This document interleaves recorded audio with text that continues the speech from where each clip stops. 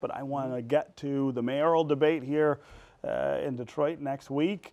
It hasn't been the sort of typical mayoral campaign. Not a lot of visibility. I drive around the city. I don't see a lot of yard signs for either side. What's at stake in this debate, Kim? I'm having a hard time saying, right? I mean, I don't. You know, I think that.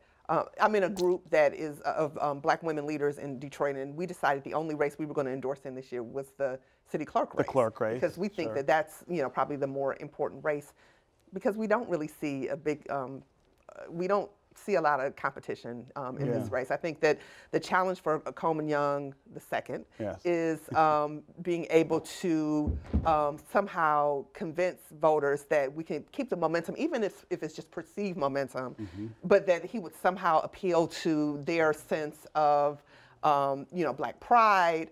And I thought that he would actually be more aggressive with that argument. He hasn't even really done that I've seen. I mean, I thought he hasn't had a lot of money. You know, some of the people in his campaign and you know, who have run campaigns before, we know that that's typically the tack that they take. Good at it. So I haven't even seen a lot of that because of the lack of money. There hasn't been an opportunity to have that robust discussion. So to some extent, the debate is going to be extremely important because he'll have an opportunity to do that. But it will be the only time if that's going to, you know, what kind of resonance that's going to have. It'll be the only time most people see Coleman Young during this campaign, and so the stakes for him, I think, are quite high.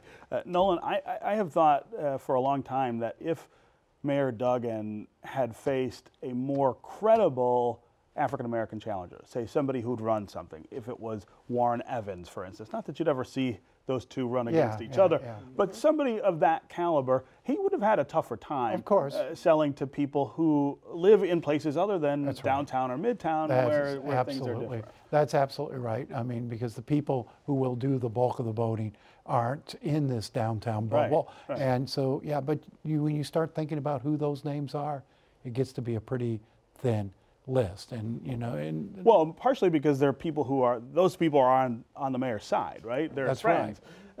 He's hired a lot of the people who might run against him. But you think that there should be a pool by now of very solid term limited state lawmakers who would get in the race. We're just not deepening the leadership pool. But I wanted to ask Stu, do debates really matter in a campaign? They can. In a situation like this, in some cases, when it's the only amount of attention a candidate would get, they can make a difference if you can sort of draw that attention. But this race has been over since the primary, and people have sort of known that, and it just doesn't seem like Coleman Young is doing anything to sort of engage that. And like you said, you know, Duggan's a skilled practitioner. He knows politics well. He's built a coalition around himself, and he's raised a lot of money, and he's built a very good, you know, force to execute, and he's done a great job. Yeah, Kim, that question of leadership and the future in Detroit, black leadership and the future in Detroit, is something we've struggled with for a long time. I say since Kwame Kilpatrick self-immolated essentially and took a generation out with him. But we are starting to see some more interesting, I guess, new faces on that team. One of them is in the clerk's race, where Garland Gilchrist, who's a Detroit native, grew up, went off, did really impressive things somewhere else, and now has come home and said, I want to. And I'm starting to see that. Even people in my generation who have been gone for a couple of decades are coming back. They see the energy here. They want to be part of the solution. And I think that you're going to see some of them, you know, start looking at congressional races, city races, maybe even for mayor at some point. But I think right now the momentum is definitely in the direction of Mayor Duggan. And you know, we are sort of on the cusp of turning the political order over to a new generation. These millennials who are now getting into their mid-30s. You've got some of them in races this year. John James would certainly qualify for that. It is, you know, for a baby boomer, you know, it's not, it's kind of interesting.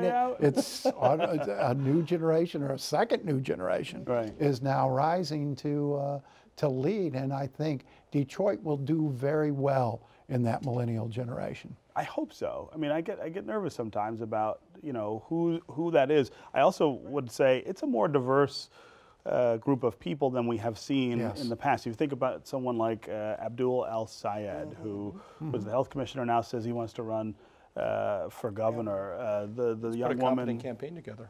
Right, raised a lot of money that no one expected. The young woman who's running in the 11th, Firuz Saad, who works for the mayor.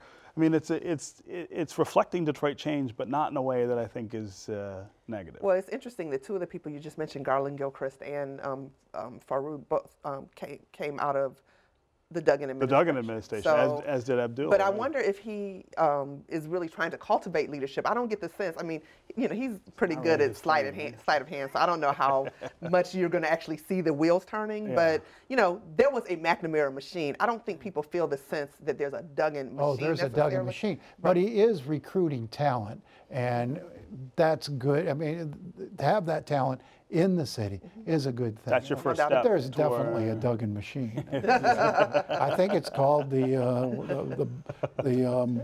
land bank or the land department. But that's the point I was making. He's a skilled political practitioner, and he's done Yeah. a very good job at executing his political machine. And he's always shown this interest in growing candidates. That's where Jennifer But I Granholm think came that from. where he's different in McNamara, you knew who was part of the McNamara machine. Right. I don't think anybody don't looks see- at Garland Gilchrist and immediately thinks Mike Duggan's guy. Right. I mean, he has, and There's some because distance he's there. attracting talent that I think could stand on its own, and he has that connection. But I don't think anyone thinks he put him in the race. He Right. put, you know, No. in fact, I He's know his he did, own as a guy. matter of Part of fact, it, I so, do yeah. think, too, is the political culture. You can't do things like that anymore. It's just, it's changed. And you saw that in Macomb County last cycle when you had Candace Miller take out, you know, Right. Morocco. It's just that, you know, that's the way it works now. Well, they spend a You lot of can't money have in We that could race go too, on right? for hours, I'm sure, but we are out of time. Thank you guys all for being here. Thank you, Steve. you. Good All job. right, we want to remind you to watch the Detroit mayoral debate right here on Detroit Public Television on Wednesday, October 25th. Mayor Mike Duggan and challenger Coleman Young II will meet up in a joint production between Detroit Public Television and WDIV Local 4. You can see it here and the Detroit News. Thank you, Nolan. You can see it on Detroit Public Television and online at dptv.org. That's going to do it for my